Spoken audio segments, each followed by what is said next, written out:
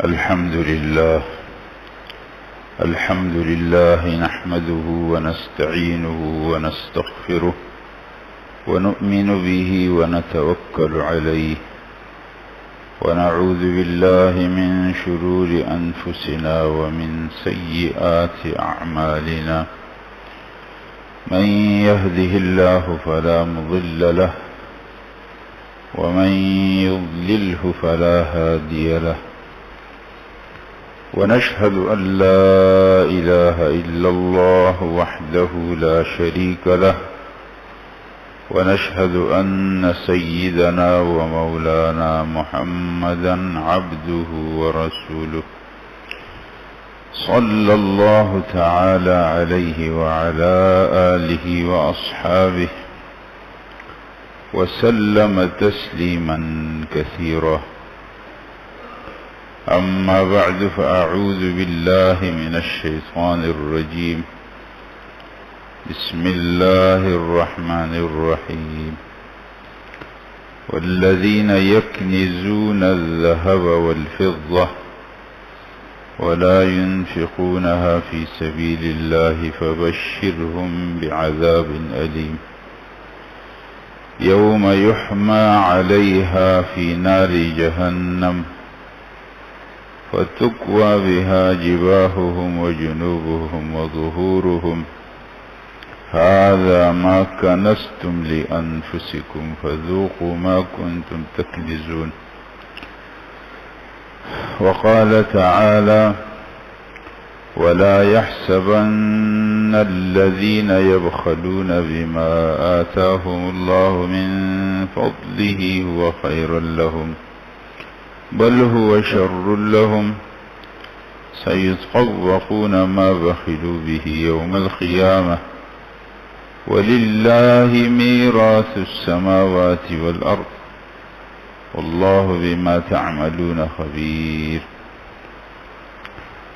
صدق الله العظيم رب اشرح لي صدري ويسر لي أمري واحلل عقدة من لساني يفقه قولي سبحانك لا علم لنا إلا ما علمتنا إنك أنت العليم الحكيم اللهم ألهمني رشدي وأعذني من شر نفسي اللهم انفعني بما علمتني وعلمني ما ينفعني وزدني علما وزدني حلما يا لطيف الطف بنا في تيسير كل عسير فإن تيسير كل عسير عليك يسير ونسألك اليسر والعافية في الدين والدنيا والآخرة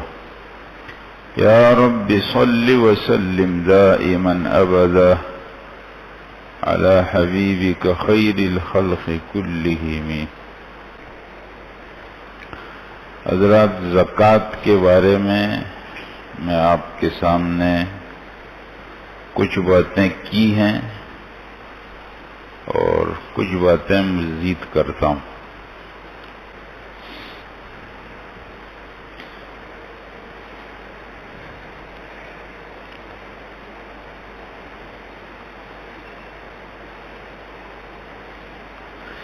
اسلام کے فرائض میں ایک فرض زکوٰۃ، یعنی جو چیزیں فرض ہیں اور بندے کو اس میں اختیار نہیں، وہ فرض یعنی وہ کرنا پڑے گا، وہ لازمی ہے اس کے لیے. اللہ جل جلالہ کے جو احکام ہیں اللہ کی شریعت میں، وہ دو قسم پر ہیں. ایک وہ ہے جو کرنا ہے اور ایک وہ ہے جو چھوڑنا، اس کو نہیں کرنا. جس کا کرنا ضروری ہو اس کو فرض کہتے ہیں، اور جس کا نہ کرنا ضروری اس کو حرام کہتے ہیں.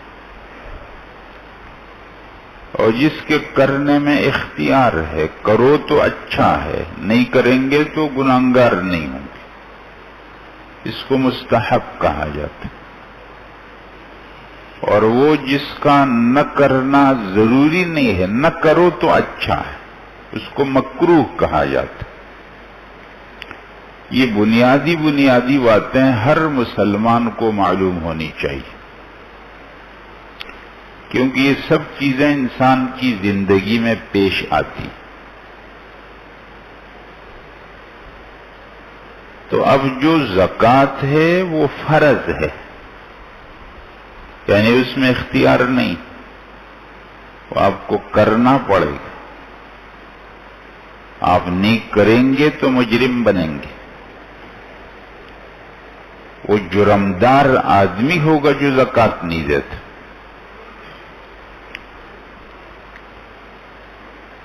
اور زکوٰۃ دینے سے، زکوٰۃ کا معنی ہے پاکی، لہذا جو آدمی اپنے مال کا ایک خاص حصہ نکال دے گا تو بقیہ مال پاک ہو جائے گا، ورنہ تو اس کا سارا مال ناپاک رہے گا۔ سمجھ آتا ہے؟ سارا مال اس کا ناپاک رہے گا، زکوٰۃ نکالنا ضروری ہے۔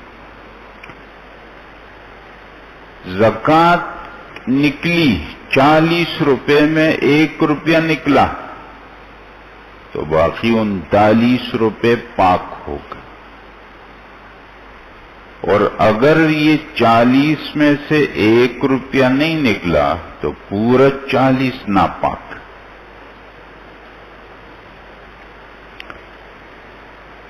حدیث شریف میں رسول اللہ صلی اللہ علیہ وسلم نے فرمایا کہ صدقے کا مال جب دوسرے مال کے ساتھ خلط ہو جاتا ہے، مکس ہو جاتا ہے، اس کو ہلاک کر دیتا۔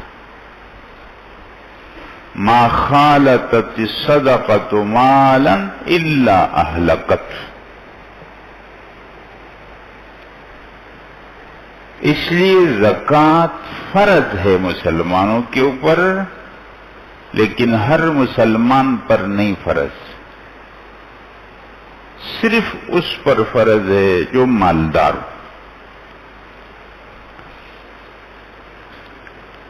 اس لیے جو معاشرہ ہوگا مسلمانوں کا وہ 2 قسم میں تقسیم ہو جائے گا، ایک ہوگا مالدار اور ایک ہوگا غریب۔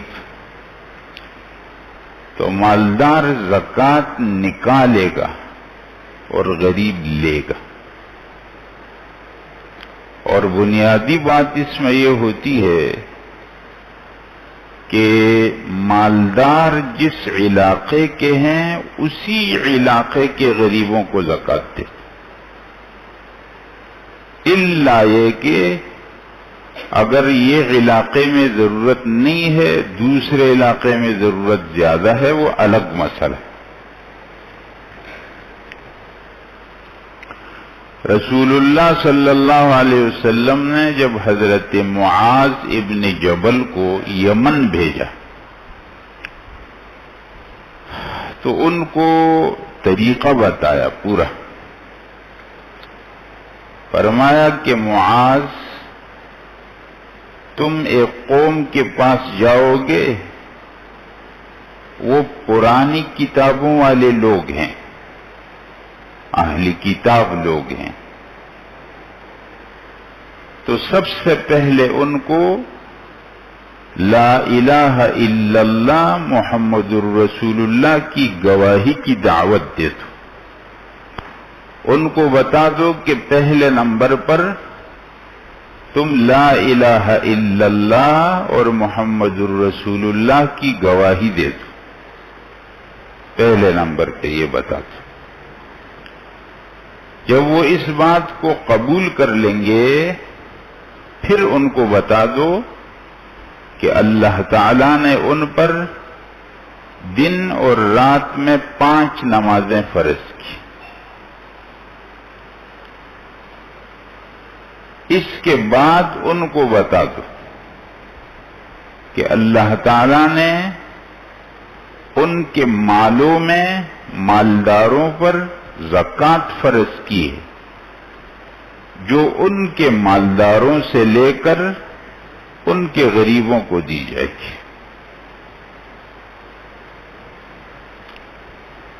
اس لیے اسلامی نظام میں اور مسلمانوں کے معاشرے میں طبقاتی نظام نہیں ہوتا ہے۔ یہ طبقاتی نظام دنیا کا ایک ظالمانہ نظام ہے، اور یہ حکمرانوں کا ایک طریقہ کار ہے۔ لوگوں پر اپنی حکومت جب کرتے ہیں تو یہ ٹیکنیک چلاتے ہیں وہ لوگ،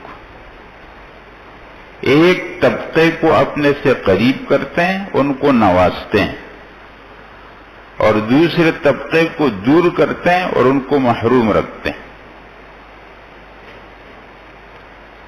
اور پھر معاشرے کے بیچ میں دو طبقوں کے بیچ میں نفرت پیدا ہو جاتی۔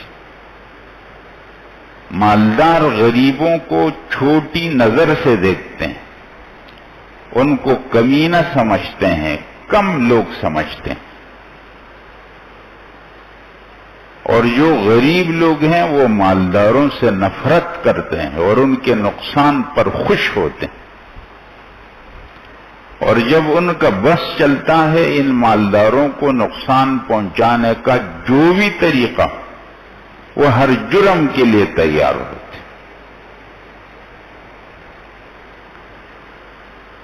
یہ طریقہ ہوتا ہے جس میں یہ دونوں طبقے بد اخلاق ہو جاتے، مالداروں میں تکبر پیدا ہوتا ہے اور غریبوں کے اندر حسد اور کینہ پیدا ہوتا۔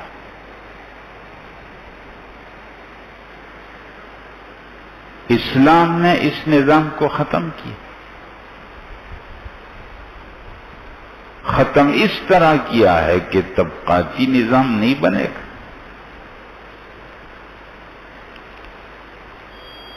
مالدار نے جو مال کمایا، اسلام کا یہ عقیدہ ہے اور یہ تصور ہے کہ مال کا اصل مالک اللہ ہے۔ آتوہم من مال اللہ الذی آتاکم، اس مال سے دے دو جو اللہ کا مال ہے۔ انفقوا مما جعلکم مستخلفین فیہ، خرچ کرو اس مال میں سے جس میں اللہ نے تم کو جانشین بنایا ہے، تم تو بعد میں آئے ہو، یہ مال پہلے کسی اور کے ہاتھ میں تھا۔ آپ دیکھو آج دنیا کے اندر جتنا مال جائیداد آپ کو نظر آتا ہے یہ کچھ عرصے قبل کسی اور کے ہاتھ میں تھا۔ کوئی چیز ایسی نہیں ہے جو آج جس کے ہاتھ میں ہے اس سے پہلے کسی اور کے ہاتھ میں نہیں۔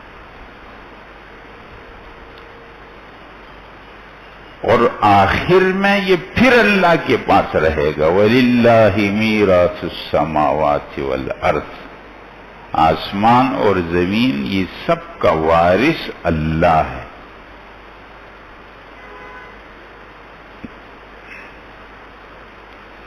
تو جب مال آئے گا اسلامی معاشرے کے اندر تو مالدار اور غریب کے بیچ میں نفرت نہیں پیدا ہوگی، بلکہ مالدار کو حکم ہے کہ جو تم نے جتنا زیادہ کر لیا تو اتنا زیادہ نیک زکوٰۃ دو گی۔ 40,000 روپیہ کمایا تو 1,000 روپیہ ہوگی، اگر تم نے زیادہ کر لیا 80,000 تو 2,000 زکوٰۃ۔ جتنا مالدار کے پاس آئے گا اتنا غریب کے پاس جائے گا۔ کَإِ لَا يَكُونَ دُولَةً بَيْنَ الْأَغْنِيَاءِ مِنْكُمْ، تاکہ مال صرف تمہارے مالداروں کے بیچ میں گردش نہ کرے، صرف مالدار کے ہاتھ سے مالدار، مالدار کے ہاتھ سے مالدار، غریب کا تو نمبر ہی نہیں آتا، ایسا نہیں ہوگا۔ مالدار کے ہاتھ میں آیا تو غریب کے ہاتھ میں چلا گیا. اس لیے مالدار کو قانون کے ساتھ، شریعت کے ضابطے میں، اخلاق کے ضابطے میں کمانے کی اجازت ہے، لیکن کچھ پابندیاں اس کے اوپر ہیں. مال چونکہ اللہ کا ہے، لہذا مسلمان آدمی نہ اس مال کے کمانے میں آزاد، نہ خرچ کرنے میں آزاد. ایسا نہیں ہوگا کہ جو اس کی سمجھ میں آئے کما لے. کہا کہ شراب نشے میں بڑی کمائی ہے، پیسہ چلتا ہے، چرس کے کاروبار میں بڑا پیسہ چلتا ہے، لگا دو. نہ، پابندی ہے. حرام جگہ میں پیسہ نہیں لگاؤ گے، ورنہ حرام مال سے پلنے والا جسم اور حرام مال سے بڑھنے والا جسم، اس کے لائق صرف اور صرف جہنم کی آگ. اس کا اور کوئی جگہ نہیں ہے، یہ صرف جہنم کی آگ کے لیے بن رہا.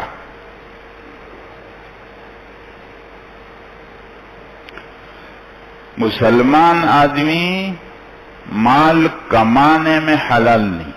اس بات کو محفوظ کر لو اپنے پاس. یعنی جو سمجھ میں آئے کر لیا. یہ جاننا پڑے گا کہ حلال کیا ہے، حرام کیا ہے. اگر کوئی آدمی نہیں جانے گا اور حرام کمائے گا تو سن لو، اس حرام کو کھائے گا، اس کا جسم بنے گا تو جہنم کے لیے بن رہا. اگر اس کو خرچ کرے گا تو قبول نہیں. اگر اپنے پیچھے میراث چھوڑے گا تو وبال ہے. اس حرام مال کا کیا مصرف ہوگا؟ یہ نہ اپنے لیے استعمال، نہ اپنے بچوں کے لیے. یہ تو آگ ہے.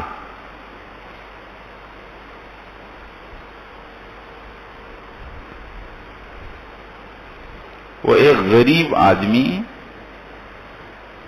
برف بیچ رہا تھا حضرات.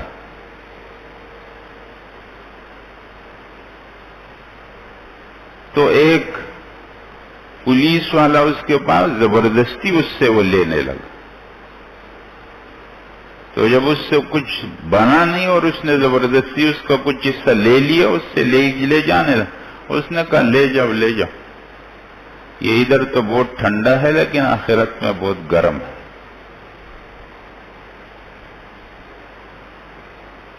مسلمان آدمی مال کے کمانے میں آزاد نہیں ہے. جو آدمی کاروبار کرے گا حلال و حرام کو جاننا پڑے گا، ورنہ اگر حرام کمایا تو اس کے نتائج دنیا آخرت میں اس کے سامنے آئیں گے. حرام مال پر پلنے والی اولاد بھی نافرمان ہوتی ہے، اور حرام مال کے ساتھ جو نتائج ہیں خطرناک، وہ بھی پھر قبول کرنے پڑیں گے. اس لیے جو حلال ہے وہ کم بہتر ہے حرام زیادہ سے. زیادہ کے پیچھے مت پڑو، برکت والے کے پیچھے پڑو. اگر کم مال میں اللہ نے تم کو برکت دے دی، تمہارے کام، تمہاری عزت، سب چیزیں تم کو ملیں گی اور کام ہو جائے گا. اور جب برکت نہیں ہوگی، بہت زیادہ ہوگا لیکن نہ تمہاری زندگی سکون اور نہ عزت ہوگی.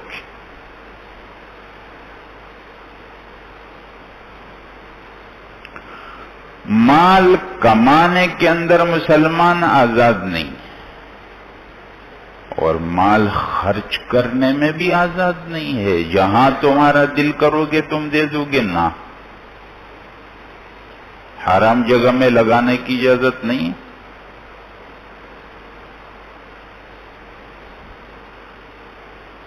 کوئی تم کو کہے کہ وہ ایک حرام کی مجلس ہے، ناچ گانے کی مجلس ہے، یا کسی آدمی کو نقصان پہنچانا ہے یا کوئی بھی، تھوڑا سا پیسہ آپ دے دو، اس میں ہم لگا دیں گے. بولو نا، ایک پیسہ بھی نہیں دوں گا.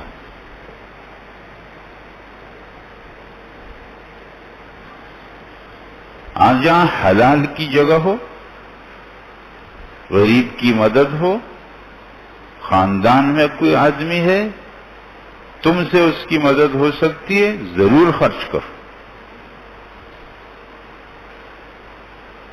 یہ مال اس سے پہلے کہ تمہارے ہاتھ سے نکل جائے کچھ کر لو، اس میں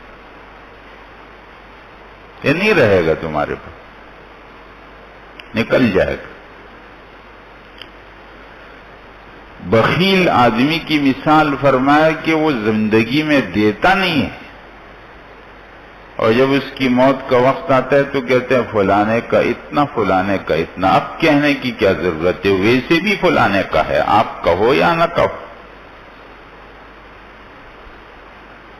اپنی زندگی میں صحت کی حالت میں جب آپ دیکھتے ہیں کہ یہ مال میرے کام آیا، اس حالت میں آپ دو گے تب آ جائے.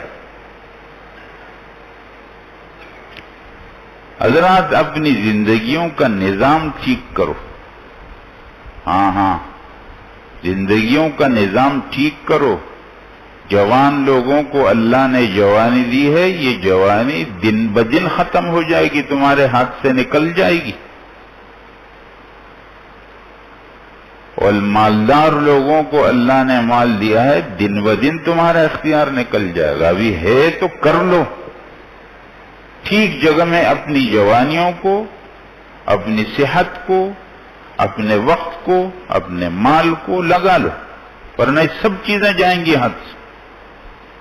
یہ آنکھوں کی بینائی بھی دن بدن کم ہو جائے گی، یہ کانوں کا سننا بھی دن بدن کم ہو جائے، اور یہ ہاتھوں کی پکڑ بھی دن بدن کمزور ہو جائے گی، اور پیروں کا چلنا بھی دن بدن، اور یہ سب چیزیں دن بدن کمزور ہو جائیں. جتنا موقع ہے موقع کر لو.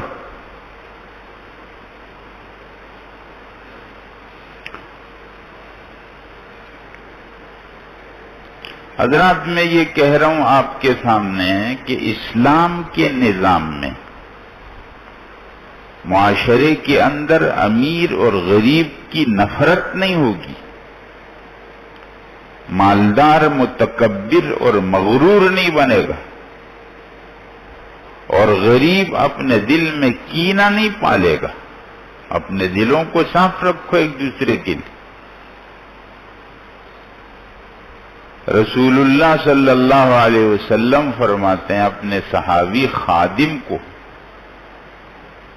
کہ فرمایا کہ میں اپنے گھر سے اس حال میں نکلتا ہوں کہ میرا سینہ سب کے لیے صاف ہے،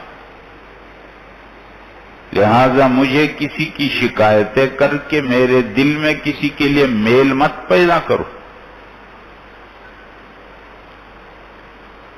قانون بھی یہ ہے، جب آپ کوئی مسئلہ پوچھتے ہیں نام مت لو کہ کون ایسے کرتا ہے، وہ مسئلہ پوچھ لو کہ ایسا ہو تو پھر کیا مسئلہ. ہمارا کسی کے نام سے کوئی واسطہ نہیں، اس لیے ہمارے بڑوں نے بھی ہم کو یہ سمجھایا، ہماری والدہ کی ہم کو نصیحت کہ جب کبھی تم بیان کرو، تقریر کرو تو اس میں کسی کا نام لے کر کے بات مت کرو کہ فلانا آدمی یہ غلط کرتا ہے. آپ غلط بولو، یہ والا کام غلط، کوئی بھی کرتا ہے غلط ہے، تم کرو تو غلط ہے. آداب یہ ہے. رسول اللہ صلی اللہ علیہ وسلم نے فرمایا کہ اپنے صحابی حضرت انس، تم صبح کرو اس حال میں کہ تمہارے دل میں کسی کے لیے کینہ نہ ہو، حسد نہ ہو، تو یہ بہتر، یہ میرا طریقہ، ایسا کرو. اس لیے حضرات مسلمان معاشرے کے مالدار کو متکبر بننا، کبر کے لہجے میں باتیں کرنا، منہ ٹیڑھا ٹیڑھا کر کے بات کرنا، راستے میں ایسے اکڑ اکڑ کے ساتھ چلنا یہ احمقوں کا طریقہ، اس میں کوئی آدمی اچھا نہیں لگتا ہے، برا ہی لگتا۔ شاید تمہارے سامنے وہ لوگ جو تم سے کمزور ہیں کسی وجہ سے وہ بات نہیں کر سکتے، ورنہ دل دل میں وہ بھی لعنت کر رہے ہیں۔ اللہ بچائے سب کو۔ تکبر اللہ کو پسند نہیں ہے، اور مسلمان معاشرے کے غریبوں کو کینے والا، حسد والا، بغض والا، جلنے والا نہیں ہونا چاہیے۔ اپنے اخلاق بلند کرو۔ اگر تم کو کسی چیز کی ضرورت ہے اور وہ تمہارے پاس نہیں ہے تو دو طریقے ہیں، حسد طریقہ نہیں ہے، کینہ طریقہ نہیں ہے، دو طریقے ہیں۔ یا تو تم اپنی محنت کر کے وہ چیز کما لو۔ آپ دیکھتے ہیں کہ گاڑیوں کے پیچھے ایک جملہ لگا ہوا ہوتا ہے، محنت کر حسد نہ کر، حسد نہ کر محنت کر۔ یہ بڑا حکمت کا جملہ ہے۔ اس لیے اگر آپ کو کسی چیز کی ضرورت ہے اور آپ کے پاس نہیں ہے تو اس چیز والے سے حسد اور کینہ مت کرو، محنت کر کے کما لو، اللہ سے مانگو۔ اللہ کے خزانوں میں کوئی کمی ہے کیا؟ ایک ہی چیز تھی جو اس کو مل گئی، اب اور نہیں ہے۔ اور اگر آپ کو وہ چیز نہیں مل رہی تو اپنی خواہش سے اس چیز کو ختم کر دو، طلب مت کرو، اپنا دل بھرو، اپنا پیٹ بھرو۔ سیر چشم کہتے ہیں وہ آدمی جس کی آنکھیں بھری ہوئی ہیں، اس کی آنکھیں بھوکی نہیں ہیں۔ اولاد کی تربیت اس انداز میں ہوتی ہے، بھوکی آنکھوں والا نہیں ہے کہ ہر چیز کو دیکھتا ہے کہ مجھے مل جائے، بھری آنکھوں والا ہے۔ فارسی میں اس کو کہتے ہیں سیر چشم، آنکھیں اس کی بھری، سب چیزیں نہ پرواہ نہیں اس سے۔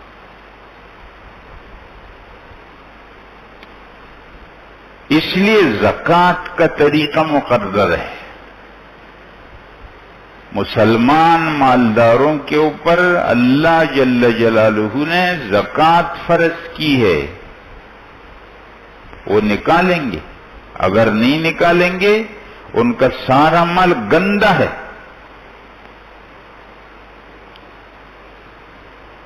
گندا ہے، گندا مال استعمال ہو۔ قرآن کریم کی دو آیتیں ہیں، وہ آپ کے سامنے پڑھتا ہوں۔ ایک آیت کے اندر اللہ تعالیٰ فرماتے ہیں لا يحسبن الذين يبخلون بما آتاهم الله من فضله هو خيرا لهم بل هو شر لهم۔ وہ لوگ جو اللہ کے دیے ہوئے مال میں بخل کرتے ہیں، نہیں دیتے، بخیل بنے ہوئے، کنجوس بنے ہوئے ہیں، وہ یہ نہ سمجھیں کہ مال کو جمع کر کے تو ان کے لیے بہتر ہوگا، بلکہ ان کے لیے برا ہے۔ سَيُطَوَّقُونَ مَا بَخِلُوا بِهِ يَوْمَ الْقِيَامَةِ، جس مال پر انہوں نے بخل کر کے جمع کیا تھا یہی ان کے گلے کا توق بنے گا، یہ ان کے گلے کا توق۔ حدیث شریف میں اس آیت کی تفصیل آ گئی۔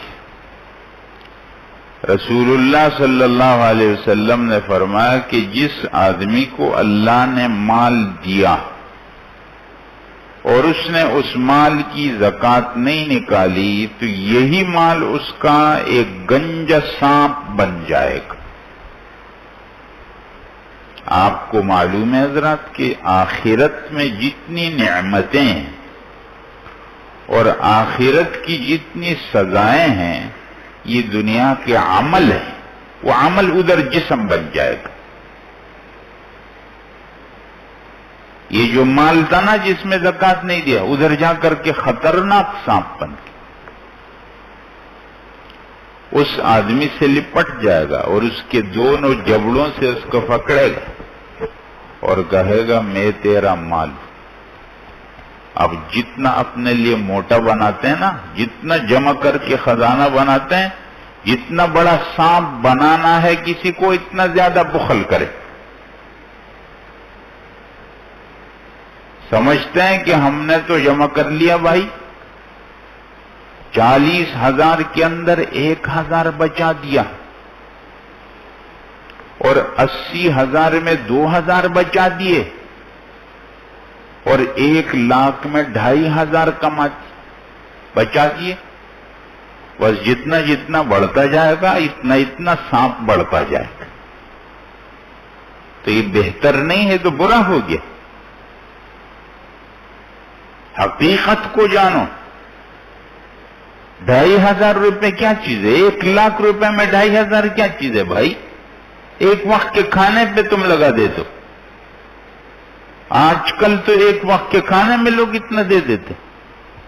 پورا سال ایک مال تم استعمال کرو، 1,00,000 روپیہ، اور 2,500 کسی غریب کے لیے دل نہیں کرتا۔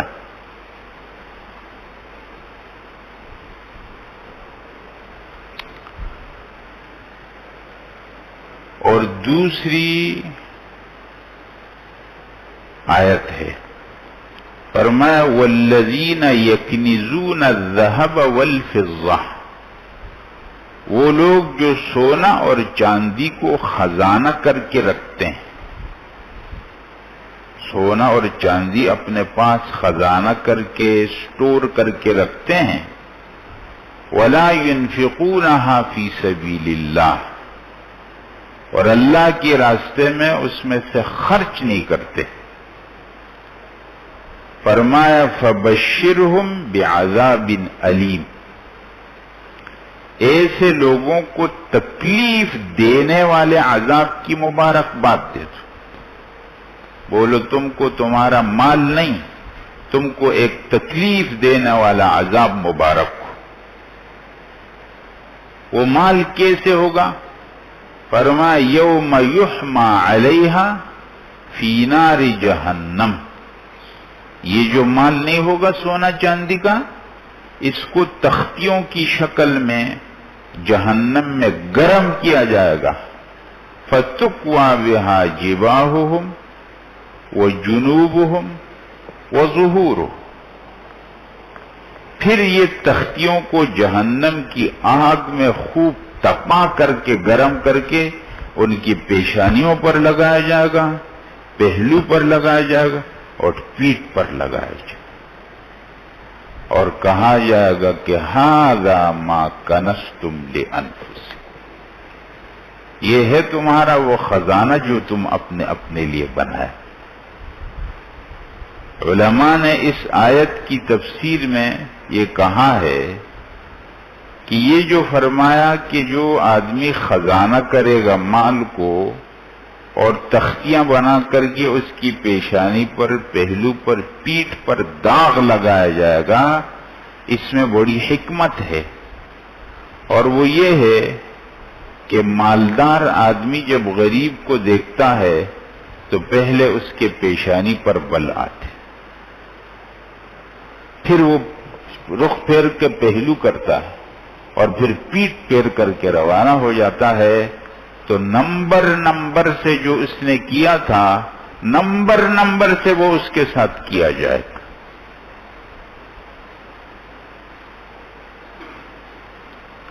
اس لیے حضرات اپنے اوپر ترس کھاؤ، اللہ کی مخلوق میں کسی کو کمتر مت سمجھو، اللہ کی تقسیم، اللہ نے مالدار کو مالدار، غریب کو غریب بنا دیا، اس کا الٹ بھی ہو سکتا ہے، اس مالدار کو اللہ غریب بنا دے، اس غریب کو اللہ مالدار بنا دے، بالکل اللہ کی قدرت۔ میں نے آپ کو شاید وہ قصہ سنایا تھا کافی عرصہ قبل، میرے ایک واقف نے مجھ کو قصہ سنایا، وہ سونے کا کام کرتے ہیں۔ انہوں نے کہا کہ ہم ایک مارکیٹ میں تھے، اور اس مارکیٹ کے اندر جو ہمارا سب سے بڑا مالدار سونے والا تھا، جس سے ہم لوگ بھی اگر ملاقات کرنا چاہتے تو اس کے سیکرٹری سے پہلے ہم وقت لیتے اور پھر ہفتے کا ٹائم ہم کو ملتا، ہفتے کے بعد ہمارے لیے اس سے ملاقات ہوتی، اتنا ہمارے اور اس کے بیچ میں فرق تھا۔ کچھ عرصے کے بعد حالات بدلے اور وہی آدمی جس سے ہمارے لیے ملاقات میں کم از کم ہفتے کا انتظام کرنا پڑتا تھا، وہ آدمی میری دکان پر بھیک مانگنے کے لیے آیا۔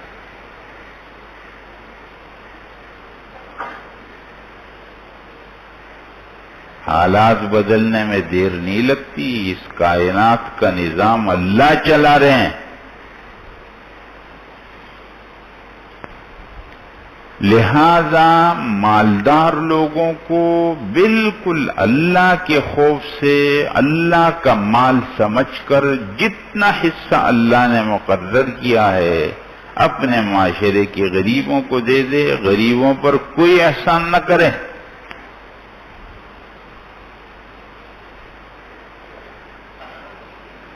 حضرات، یہ آیت جب نازل ہوئی نا کہ وہ لوگ جو اپنے مال میں خزانہ کرتے ہیں، یہ مال سے ان کی پیشانیوں کو، ان کے پہلو کو اور ان کی پیٹھ پر داغ لگایا جائے گا، تو صحابہ کرام بہت پریشان ہو گئے۔ کہا اس کا تو مطلب یہ ہے کہ بالکل مال رکھنے کی اجازت نہیں ہے، ورنہ تو یہ ہو جائے، تو پریشان ہو۔ تو حضرت عمر نے جب لوگوں کو دیکھا تو فرمایا کہ میں آپ کا یہ قصہ حل کرتا ہوں، یہ مسئلہ میں حل کرتا ہوں۔ تو حضرت عمر رسول اللہ صلی اللہ علیہ وسلم کے پاس گئے، کہ رسول اللہ یہ آیت نازل ہوئی ہے اور اس آیت کے اندر یہ معلوم ہوتا ہے کہ مال اپنے پاس رکھنے کی بالکل بھی اجازت نہیں، تو پھر کیا مطلب ہے اس کا؟ تو رسول اللہ صلی اللہ علیہ وسلم نے فرمایا کہ جس مال سے زکوٰۃ نکال لی جائے وہ پھر خزانہ نہیں رہتا ہے۔ اس آیت کے اندر جو بتایا کہ جو لوگ اپنے مال کو خزانہ بنائیں گے تو یہ مال ان کے لیے پھر عذاب کا سبب بنے گا، فرمایا خزانے سے مراد وہ مال جس میں زکوٰۃ نہیں نکالی، جب زکوٰۃ نکال لی اب وہ خزانہ نہیں رہا۔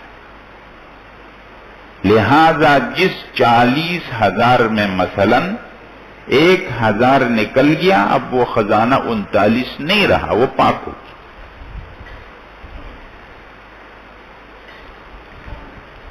اس لیے جو سمجھنے کی بات ہے حضرات، مسائل تو میں نماز کے بعد بیان کرتا ہوں نا زکوٰۃ کے۔ پچھلی دفعہ جمعے کے بعد میں نے فرق بیان کیا تھا مالدار اور غریب کا، کہ شریعت کی نظر میں مالدار کون ہے، غریب کون ہے، اس کو سمجھنا چاہیے۔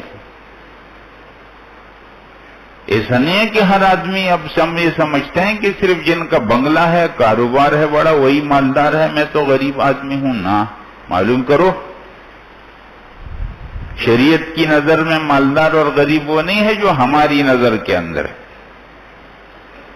اگر کسی کے اوپر زکوٰۃ بنتی ہے، خاص طور پر خواتین کے پاس سونا ہوتا ہے، اس پر زکوٰۃ آتی ہے، اور ایسا بھی ہے کہ عرصہ ہو گیا زکوٰۃ دی بھی نہیں، زکوٰۃ نکالنی پڑے گی ان کو۔ یہ عذر مت کرو کہ کیا کریں گے، تو اتنی زکوٰۃ دے دو، اللہ کے ساتھ اپنے معاملات ٹھیک کرو۔ حضرات، اسی مجمع میں اب مجھے معلوم نہیں ہے کہ وہ صاحب ہوں گے نہیں ہوں گے، لیکن ایک وقت میں نے زکوٰۃ کی بات بیان کی، اور خاص طور پر یہ کہ خواتین کے پاس جو سونا ہے وہ اس کا مقدار معلوم کریں، اور اگر ان خواتین کے پاس سونا بھی ہے کچھ تولے اور ان کے پاس کیش روپیہ بھی ہوتا ہے کچھ نہ کچھ، تو وہ زکوٰۃ نکالیں گی۔ تو ایک صاحب آئے اور وہ کئی جگہ پر ملازمت کرتے تھے، اپنی نوکری کرتے تھے، بس مختصر سی ان کی تنخواہ تھی۔ تو مجھے کہتا ہے کہ میری بیوی کے پاس تو سونا تو ہے اور کچھ روپیہ بھی ہوتا ہے ان کے پاس، جیسے کم از کم علماء نے لکھا 500 روپیہ، تو یہ زکوٰۃ تو دینی پڑے، زکوٰۃ تو دینی پڑے۔ کہا ہے نہیں، پھر کیا کریں گے، ہمارے پاس نہ روپیہ نہیں ہے کہ زکوٰۃ نکالیں۔ تو میں نے کہا کہ سونے کا کچھ حصہ بیچو اور زکوٰۃ دے۔ حضرات اس غریب نے ایسا کیا، وہ شیر نے ایسا کیا۔ اس لیے ہم یہ کہتے ہیں کہ جنگل شیروں سے خالی نہیں ہے، اس معاشرے میں اب بھی شیر رہتے ہیں، ان کے لیے مال اصل نہیں ہے، اللہ کا حکم اصل۔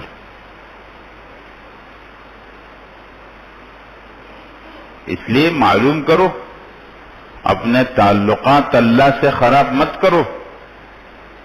زکوٰۃ آتی ہے، جو مال والا زکوٰۃ اس کا حساب کرو، وہ بہت مختصر زکوٰۃ دیتا، باقی مال پاک صاف استعمال کا۔ باقی زکوٰۃ کی جو تفصیلات ہیں حضرات انشاءاللہ مسائل کے اندر ہم اس کو بیان کریں گے، سمجھ میں اللہ جل جلالہ سب کو